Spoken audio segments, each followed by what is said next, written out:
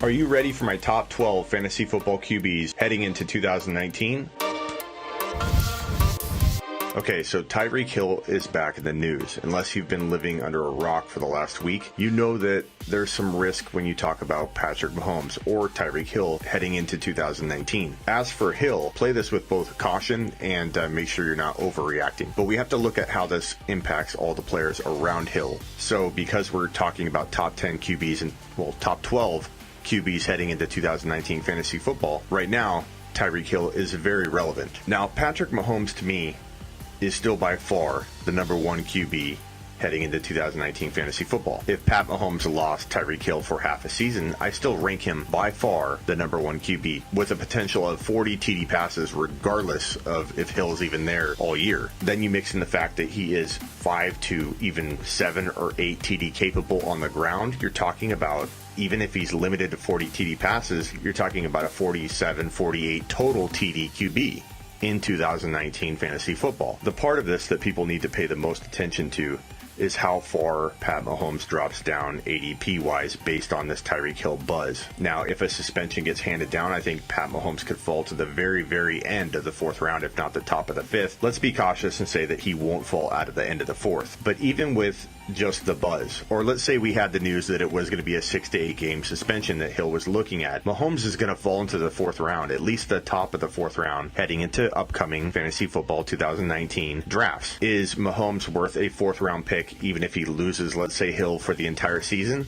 Absolutely. I both love and it drives me nuts when people talk about taking a QB early and how it's a big mistake in fantasy football. If anybody tells you that it's a mistake, that you're going to set yourself up to lose because you're drafting a QB early, and when I say early, I'm talking about the fourth round, or if Mahomes had Hill for 16 games, Mahomes falling to the third round, that would be considered early and crazy to a lot of people. But let's talk about Mahomes now. I think he will easily fall into the top of the fourth given all the negativity surrounding Mahomes in the bottom of the third when Hill was supposed to play 16 games. So locking our thinking into a fourth round Pat Mahomes, you're going to have people tell you taking Pat Mahomes in the top of the fourth is a recipe to lose your league. Anybody giving you that kind of advice is regurgitating the same information over and over and over, that taking a QB early is bad, that the fourth QB outscores the 12th QB by only 5-10 points. People will spit out stats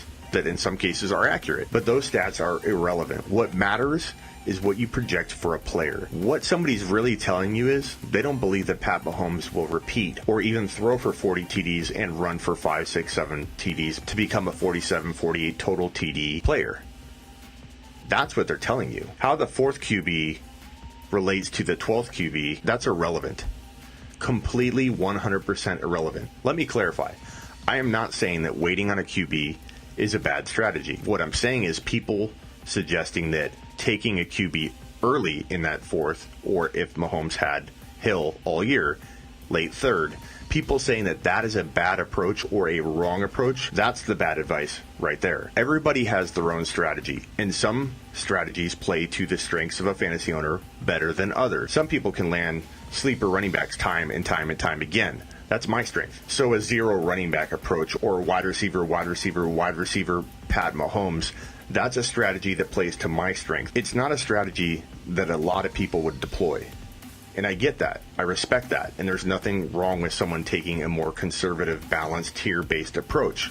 That's not for me. I'm the guy that likes to land the next James Conner. I'm the guy that likes to draft and redraft a grip of rookie running backs and then having that running back stable that I shouldn't have when I've loaded up on wide receiver, Pat Mahomes in the fourth round. That's my style. It's not everybody's style. To suggest that it's wrong to try a different approach, to suggest it's wrong to wait on a QB, that would be wrong. What matters is what you do with that player you draft where the other player is taking their QB. So if you're taking a Pat Mahomes in the fourth round, and they're taking a Leonard Fournette, Brandon Cooks, Jarvis Landry, insert the player that you think fits this approach best. And then they're taking their QB in the fifth or sixth round. And I'll toss out a better QB than you'll probably even get.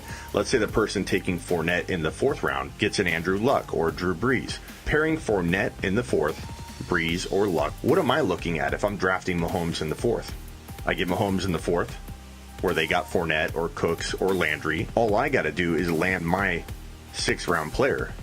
If I get Calvin Ridley, Tyler Boyd, and if this is a redraft, a rookie running back that hits a home run, a Robert Woods, give me a break. Rodgers is cemented into the 4th round with his ADP with Pat Mahomes on his way to the 4th round. There is no bigger steal than Pat Mahomes or Aaron Rodgers in the 4th round in fantasy football 2019. You can argue it with your stats and regurgitate the same thing over and over and over, or you can look at the fact that last year's stats do not matter. What matters is what you project, and if you're right. Pat Mahomes, the biggest steal in 2019 if he falls into your 4th round. Subscribe, follow, get some.